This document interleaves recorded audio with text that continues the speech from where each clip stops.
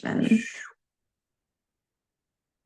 Jason is a clinical psychologist, as he puts on his glasses to fit the part even more so. He is a narrative men's coach, and he is the founder of JourneyMen and the Connected Fathers Connection coaching program and community. He is going to talk to us about fatherhood as social activism, which I'm really interested in getting to hear more about, and creating meaningful moments from the journey of fatherhood and radical responsibility. So, Jason, thank you so much for joining us today. Always a pleasure. Bye, Awesome. Tom. Awesome. Thank you so much. And thank you for putting this all together. Thank you all for showing up. You're welcome. I will say it's funny. I put it on the bio, but I never use the word doctor unless I'm with the insurance company. So just Jason. Thank you for the clarity. I mean, we like to give credit where credit's due, but it's your humility is appreciated as always. And it's funny. I put the glasses on right as you said doctor, but mostly it's because of my age and I can't read my own notes. So, there it is. All good. You're taking And care of it. Silver, I'm 49 as well, and I have a 15 and 12-year-old. So I love the juxtaposition because at any time it's great. So yeah, so I'm excited about these topics. It's in a lot. So I'm going to sort of jump in quickly, but I also, my own little version of ADHD. If anyone has a question, do use the hand raise or just jump out. You're feel free to interrupt. That's kind of the way I like to do it. So I consider myself a pretty smart guy. I consider myself an adventurous guy. I am a pretty masculine guy in a unique sort of way. I like to cook, but I also chop wood every day. And I live by my values. And something happened yesterday that questioned all of those things for me. And it was interesting, we've talked a lot about like sharing some vulnerability and all of these things. And I was really struggling because I've got big vulnerabilities, things that I don't want to share public. And I've got little ones that didn't feel enough. As I mentioned earlier, like I have a wonderful relationship with my dad and my granddad who just passed. And um, both of them are huge models for me, right? And uh, so I was struggling a little bit, how to find something vulnerable that also fit with the things I wanted to say, even though I have lots of those stories. But yesterday blew everything out of the water for me. And so I kind of want to share that a little bit. And you all are the first people other than my family that I've talked to about it. And I feel, it was hard. Basically, I was part of a scam. I was the victim of a scam, and I have always sort of seen myself, like I said, smart, adventurous, masculine, strong, like all of these things. And I was part of literally, it was almost 3 hours of a scam where I was scared shitless. Um, I got a call from the local police station where men, guys on there saying, identifying themselves as police officers, that I happened to be at my computer. So I checked and those names were real. And the number saying police station was real. And they said, they called me Dr. Frishman. Which should have tipped me off, but they told me, you have a client who's in the middle of a court case and you were subpoenaed and you didn't show up. So you have citations out for yourself. And even as I start to tell this story, I'm embarrassed and I feel stupid, right? Because every step of the story, I'm not going to take too much time and tell the whole story, but it went on for hours. They told me that if I didn't stay on the phone with them, they were going to send officers to my house to get me, and I had to come into the police station to, you know, basically to verify my signature on a subpoena that they say I got. Which, by the way, when they told me when I got it, I looked on my calendar and I was in the middle of a colonoscopy at that point. So I certainly didn't get a subpoena. And every step of the way, there are points of mine in hindsight that I should have known, right? I should have known every step of the way. I picked up my kid early from the mountain where he was with his school because and had the phone on and had to like lie to my kids saying like, oh, it's a work thing. I gotta, because I was scared. They're telling me that I'm going to be arrested, for failing to show up at court and for not compliance. And, ultimately, as I'm going, I'm driving 30 minutes to the police station. I live rurally. And ultimately, oh, and by the way, they also said, since we're on the phone, and everything's going to be recorded, I can't talk to anyone about it because it's a confidential case, which is really important. And I'll mention that later because I couldn't talk to my wife, my partner, who, by the way, has pretty significant anxiety. And I left the house with her on the floor crying. And this is not my values, right? So I felt stupid. I didn't feel adventurous. I didn't feel masculine.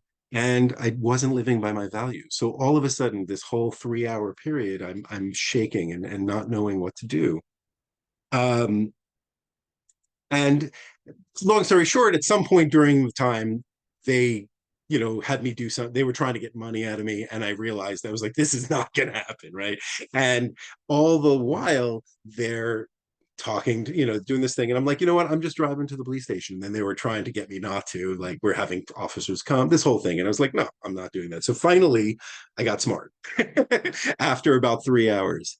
And then I came home and completely immersed in my own victimhood, truly, was not present for my wife, who had her own victim experience, was not present for my kid, who watched all of this, and was not present for my older son, um, which is fine, right? Like I had gone through an experience and I needed some time, and that was okay. But my wife and I argued when we should have been hugging, right? We didn't listen to our 15-year-old who was asking us to like go into our own room and talk about it because he didn't want to hear about it anymore.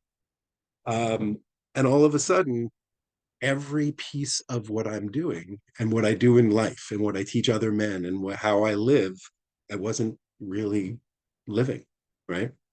And it focused on, or it continued until this morning when I finally said to my wife, like, what's going on? And she looked at me and she goes, don't ask me, you're projecting. We're both, she's a therapist, I'm a therapist. And I was like, oh shit, like, okay. And I still wanted to blame her because, truthfully, when I got home, her response was not good. It was not supportive. It was not what I needed. But that's okay because it was where she was at. And I was wanting to blame her. And she looked at me and she goes, you're blaming and talking about me rather than these fuckheads who did this to you. Because talking about them was embarrassing. And I felt stupid. And I could rather be angry at her. Um, so this morning I went, well, I guess the universe provides because I have a vulnerable story to share. And it's interesting because, it brings up so much about the work I do with guys. And what I joke about is, as a therapist, if I was a carpenter, we would have tools. We'd have hammer and drills and all of these things. If I was a chef, which I also am, but that's a whole other story, I have tools. When I'm a therapist and a coach, I'm the tool. And so I have to stay sharp and I have to say, and the truth of the matter is, everything that I do with my clients, I do myself. It's not a technique, it's not a strategy, it's a worldview and a perspective and a way I live, whether I'm working as a psychologist or as a coach. And so I lost it, and so wanting to bring it back to at least learn, right? So these guys from yesterday, they called me from I don't know how they did it, but they called me from the actual police station phone number. And then they also called me from their desk number, which was another number. So as I was preparing for today, I wanted to do one thing of agency. And the number that wasn't the police station number, the other number, I texted and I just wrote, thank you. And then I blocked the number. And and I'm like, all right, you know what? That was my own little silly thing that I'm going to own again. And I'm going to, go back to that. And then I was like, all right, well, now this is my fatherhood journey. I have a lot of great work to do because of this. And the two topics on fatherhood journeys that I want to sort of talk about are radical responsibility taking and mundane magic. So before I do that, I want to just talk about mundanity or mundaneness, right? We all, as men, and as a culture in general, we've been inundated with a story. I'm a narrative therapist, right? So we've been inundated with a story that many know of as the hero's journey. And I love it. I wrote my dissertation from the perspective of the hero's journey. But narrative therapy and my own worldview and who I am has trained me to question taken for granted stories that are sort of overriding. And after decades of asking people what their favorite adventure story is, right? Take a minute, right? And think about what's your favorite adventure story, whether it's a book, a movie, in your own life, right? Take a minute. And after decades, literally asking thousands of guys, people, not men and women, actually, and I realized I always get the same answer, some version of the hero's journey. I bet you were all thinking about something along the lines of Lord of the Rings, Star Wars, that time I got lost, that, like some version of the hero's journey. That's what we think of as adventure. And if that's the case, I got to question it, even though I love it, right? I'm a big Star Wars fan. And so even though I love this narrative, I have to question it, because if it's the only one, then we are not living a full narrative experience. Stories that become dominant are actually oppressive to other stories, and they push away other possibilities and other potentials. So when we talk about now men's work, as men for decades, we have had the hero's journey as a model. And that's lovely. It talks us about, bravery and courage and heroism and kingly warrior, ship. But it also, if we really look, I've studied this, right? If we really look at the hero's journey, it also talks about might makes right, black and white thinking. The history is written by the victors. It's a masculinized story, which is nothing wrong with the story in and of itself, but it's not the whole story. And it pushes out other stories, and it pushes out other possibilities for masculinity and expression of fatherhood and who we are. So I developed over the years this, I used to call, my original business was called Adventure's Other Half, right? I developed other narratives and other stories and other sort of narrative arcs that men can use to describe their experiences. And what I call them now are foundational adventures, adventures of home, right? So while the hero is off battling dragons, what about all us fuckers who are staying home, wiping butts and, getting kicked in the balls and, cleaning toilets and chopping wood and doing all that? Like, isn't there adventure there? And isn't there like magic in this mundane everyday life? Right. And so this idea of meaningful, I write it with two words, right? Meaningful, full of meaning moments. That's, we can either choose to be, bitter and resentful, like my kids go to bed, my wife goes and reads, and I have to go out and chop wood for to keep our house warm. I can be resentful of that because I want to do those things. Or I can really understand the meaning behind that. I can say, like, not just like it's important to have a warm house, but one of my core values is to have an inviting home, right? Even before, when I was single, my friends all knew no matter what happened, they can crash on the house, they crash on the couch or get a meal or whatever. And that's something my wife and I continue. So I want there to be an inviting home. And in doing the whole narrative arc of Foundation Adventures for myself, now when I go and I look at the stacked wood, I can get emotional, right? I can get really touched. And when I'm tired and overwhelmed and I lose touch of my foundational adventures, then I get bitter and tight again, right? That can happen for washing the dishes, for any of the mundane things in our lives, right?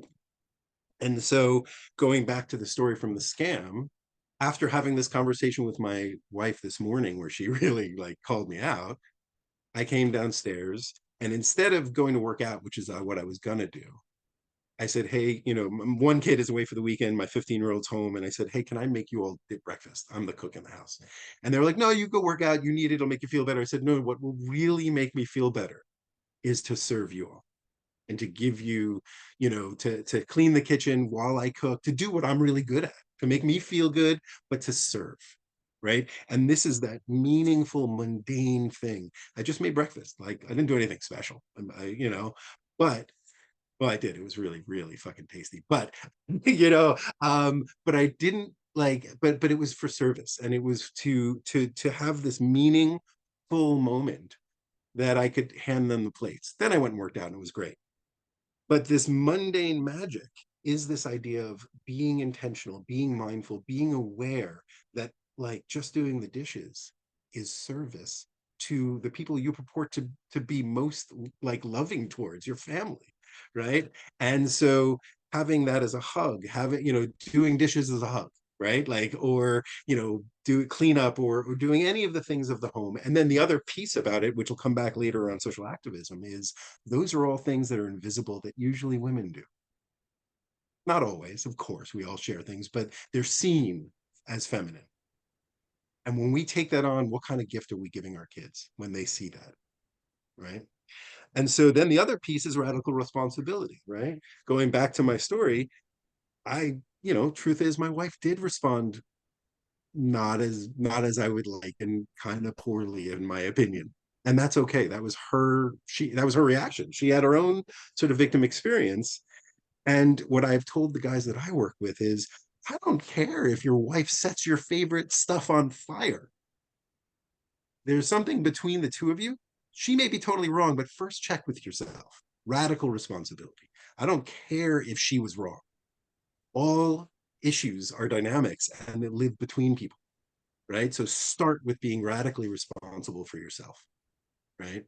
And so that was an honest look at myself and my own, like being able to look at myself and my own and the impact that my own experiences have on other people, right?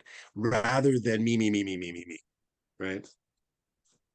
Um, I'm just looking at the time here. I think I'm doing well. I will say, as coaches and therapists and all that, many of you may know we love our acronyms. We love our cute little like names of things. I really like that, I one of the main foundations for the work I do, it spells men's. So I talk about men's work, MENS, right?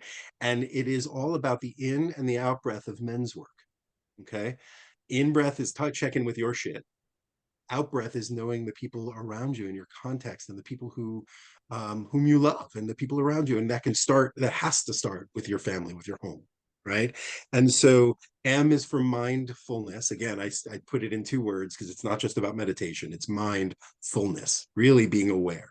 So taking the breath in, checking with your own shit, and then breath out and noticing what's going on for other people. Where might they be? The fact that I know my wife well enough to know that this was triggering to some of her past experiences, right? I needed to be more aware of that. E is experiences, right? Like we got to do shit. We got to take things into an active place. And so again, what do I need? What do I not? What do others need? My son who also struggles with anxiety, there are times when I'm like, you know what? Go do some hill sprints. Getting active is going to help you, right? You know what? I think I need that too. I'll do it with you, right? Like that's the action. N is nourishment, right? And I'm a cook, so a lot of my stuff is peppered with food metaphors. So truly, I literally nourished them this morning. But also, what fills us up? What are the things? What do I need first, and how can I help fill out of others? And then the last one, I love that men's is spelled the way it is because this last one, the S, has to be last. If you don't have mindful action taking experiences and nourishment, you can't get to the S, which is social action. And as a social activist, I believe as men, we have a lot of responsibility. We have to take action to make the world a better place. And that actually brings me to the next piece of fatherhood as social activism, right? Um, Again, jump in if you have any questions. I know I'm going fast because I want to leave time at the end, but fatherhood as social activism to me is really, I say a lot, connected fathers are social activists. I don't care if you're out picketing, I don't care what you're doing, but if you're connected, you're starting at home. And what a gift to bring, like, I want my kids to be better than me, right? That's a trite saying, but it's true, right? And I looked this up. One of my favorite definitions of social activism is working with other people to bring change in society, right? Simple. And if I look at the definition in that way, then by doing mundane activities and knowing that they're meaningful and magical and value based, then my kids don't see grumbling while I have to go do this, or they get to see partnership in its truest form, connections in their truest form. This isn't a dominance based relationship that I have with my wife or my children. Like I have never, actually, no, not true. I try very rarely to say, like, because I'm the father, that's why, right? Like I talk to my kids, they understand, they are my best teachers, what I said earlier, right? They are my best teachers and they'll hold me to that, right? And so being connected and being a true partner will, I believe, helps move our society further. And really, there's a woman who is a mentor and hero to me, a Rihanna Eisler, who wrote a book called Chalice and the Blade, and she really talks about, for decades, moving beyond masculinism and feminism, or patriarchy, matriarchy, and all of the other isms and black white thinking. And she talks about dominance based cultures versus partnership based cultures, and how we can move towards a more partnership based culture through rearing kids in a certain way, being aware of gender dynamics. Excuse me, the other one was our language and our stories, and the last one is economics. And those things are incredibly powerful. The first book I would say is Chalice and the Blade, that came out in the 80s. She's recently done a new edition that involves a lot of the new. This woman is 93 and she's still on the podcast circle and just put out another book. She's incredible. That's a whole other story. But using partnership as a baseline for what I do is about connecting and moving social action. You know, one of my other heroes, because he actually introduced me, not personally, but his work introduced me to Joseph Campbell, which was the hero's journey, was Bill Moyers. And he has a thing called the MAP model for organizing social movements. And he has 4 roles for being an activist. You must be a responsible citizen. Now, as I name these, think about yourself at home as a father, right? Imagine, and a citizen of your home, right? A responsible citizen, a rebel who can say no, a change agent, and a reformer, right?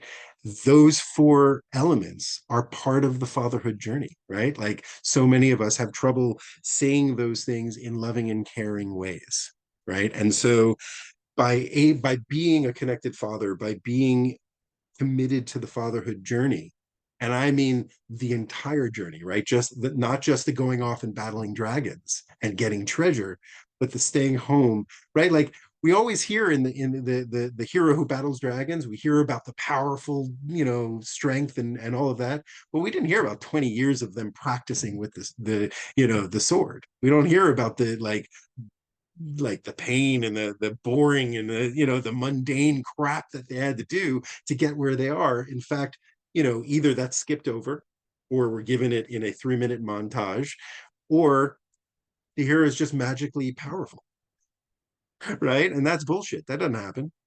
And so we have to really honor the practice and the discipline, right? To me, discipline isn't about discipline and you must do it. It's about being a disciple, and it's about learning and being committed to a practice where you move through things in a way that brings you forward, that changes the world, right? So I gave my wife a hug, and I asked them if I can make them breakfast, and I apologized and I asked them what they needed.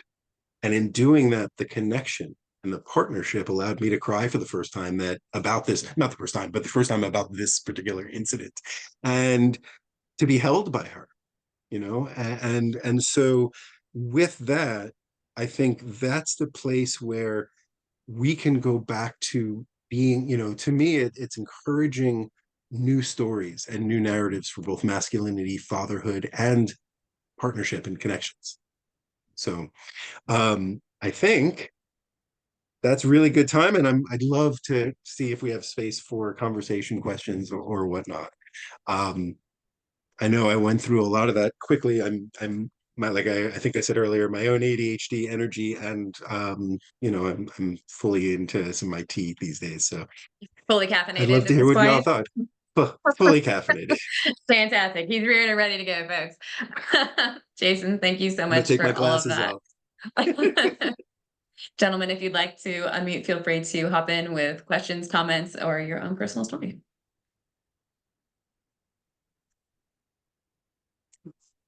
Or Jason can just continue to tell us other amazing things about this.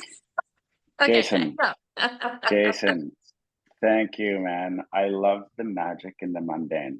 Okay. When you talked about like doing the dishes and the sort of sense of, um, I forget the word you used, but you know, like doing the dishes as contribution, and it's not like a thing that a woman or a man has to do, but like doing the dishes as the contribution to your family. And what I wrote and really got from it was like the power of perspective as well, and sort of that sense Mm. of accomplishment and worthiness that we can give to ourselves out of those things. And like I really love the wood chopping at night, and you know, just like the inviting home and like that warmth and comfort that task actually gives to you and to your family and to the people that you invite in. And so I appreciate your storytelling abilities and sharing, and just like and the perspective that you brought to it. It was really nice to listen to. So thank you for that. Thank you. You, Tyler. I appreciate you popping in. Hey, my name is Manny. So I just wanted to say thank you for this opportunity. I'm going through a really rough time in my life, trying to figure out who I am as a man, recovering from child abuse. And so this is a great opportunity for me to kind of know that I'm not alone in this situation, um, and that there's resources out there, and there's hope, most importantly. But I did like how you spoke about how we hear all these stories about great men or great accomplishments that people have in general, but we don't know the backside, like how they got there, what they went through. And because of my history, I committed myself to religion, and no disrespect to anyone's religion or what works for them. But I found myself kind of like trying to follow a pattern, um, with no background of how these people in the Bible were able to get through, or I don't, and I struggle with a lot of with communication, because of my child abuse, and then also I have ADHD that was undiagnosed for over 40 something years, and now I'm trying to get a handle of that. Um, but yeah, I appreciate you like mentioning that, because we do hear about all these great successes, and but we don't hear about the trials and tribulations that they went through. We kind of do, but that's not the whole. Like we also don't see that, especially in the Bible, we don't really see a lot of good times, and we also don't see the down times. We just see what's in print. So thank you so much. I'm sorry. Oh, don't be that. That's lovely, and thank you for saying that. It, you know, the idea of not seeing the downtimes, I always think about it as the Instagram effect, right? You see these beautiful photos, right? Like, looks like I have a decent office here, but if I move my camera an inch, you see the mess of my basement and all of that, and we don't pan out, and we don't hear the struggles and all those things. And you know, yeah, to your point, these amazing, powerful men and where they came from, that's power. That's great. I want to hear their story, but I also want to hear the story of everyday men, right? Everyday men who are just doing it, right? Going to work, coming home, like taking care of, wiping butts, you know, doing all those things. Those are my heroes, right? To bring it back to my grandfather who just passed, he was you know, in Jewish culture, he was a mensch. Like he did the things that need to be done, right? He was that. And we found out actually at his service after he passed, my mom found out there were, you know, he was 101. And so he didn't have many peers, but a lot of like 70 and 80-year olds came to his funeral. And what my mom found out was there were three neighbors when they were growing up in Queens, New York, in the city, that my grandmother and my grandfather like basically paid their mortgage for a couple months because the families weren't able to do it. No one knew that for 70 years. No, we found out at his funeral, right? And so, you know, he did the right thing. He raised his kids. He went to work. He did all those things. You know, I said to my father about my father, he's an ordinary hero, right? He hasn't written books. He hasn't like changed the world. He hasn't done all those things. But like when my firstborn son was born, there was chaos. We also had an emergency C-section, and so we were planning a home birth. We didn't do it at home. We came home, and every single time I looked, my dad was at the sink doing our dishes. Right? He didn't do anything big, but there was always like cleanly, like the dishes were clean. He did what needed to be done. And so I just, Manny, thank you for sharing. I actually, think that being able to be aware of this at our age is why I love working with fathers, right? Like the middle men, when we're starting to enjoy a little bit of cognitive freedom, like, oh, okay, like things are crazy, but I know who I am, or I'm trying to figure it out, or this is the journey that we're all on. And so I wish you lots of great experiences in your own journey with that. Thank you so much for sharing all of that, Jason. And Joshua, I'm going to get to you in just a second, and I really appreciate you wanting to chip in on this. Manny, Sean Tyler Foley is going to be joining us tomorrow at 3:20 p.m. and he is going to be talking about the abuse that he experienced at the hands of his stepdad and how that formed how he is engaging with his daughter in trying to catch himself from like bringing those old generational patterns forward. So if you wanted to click in on that. And also Blaze Griner will be joining us for our part 2 summit on fatherhood on July 13th at 5 p.m. Eastern Standard Time. And he's going to be talking about the sexual abuse that he experienced as a child, how that impacted his role in fatherhood. So I don't know if that indicates to you at all, but just to know that we are continuing that conversation of support down the road. And if you want to contact me separately, more than happy to connect you with other people who have shared that journey who might be able to help you further on your own. Joshua, thank you so much for popping on. Oh, your audio is still my friend. You can put it in the chat and I'll ask him if you want. Pop in the chat. Great. I'm glad you'll be joining us tomorrow, Manny. All right, Joshua is going to share. Thank you, Silver. Yeah, it was very courageous. And Manny, you're doing great. Very courageous to share that with us here. See, Silver, I'm doing better with how the words I'm using already. Thank you for being such a positive influence. Because it's all about mindfulness, right? I wanted to, hey, this is Calvin, and I just wanted to give kudos to Jason in regards to sharing about the scam. I work as a security for the Social Security Administration, and scams are up. I mean, they're up for so many people, unfortunately. And a lot of times as men, being caught off guard like that is very eye-opening and vulnerable. And to be able to share that, I want to say thank you, Jason, for doing that. I know I've been scammed a few times, and it just it tears my hide. I want to just there's a lot of things I would like to do. Let's just say that. Anyways, thank you for sharing that, Jason, and the lesson that you were able to share, not only through that, but how you were able to communicate the hurt and the vulnerability of being exposed like that from the scam, and connecting with your family the way that you did. That was a great example. So I just wanted to say kudos for that. Thank you. Thank you. That's fantastic. So what Joshua wrote in the chat for us is he wanted to say it is empowering when we as individuals, in this case, Jason, leaves the title at the door to connect with all. Hopefully it makes sense. And he said that he's having tech difficulties. Hopefully at some point it'll click back in. Awesome. And thank you for reading that, because I did take my reading classes off, so I can't even see I got you, man. I got the you. chat. Oh, fantastic. Well, we are wrapping up. Do we have any last questions, comments, words of wisdom, Jason, as we continue on? Silver.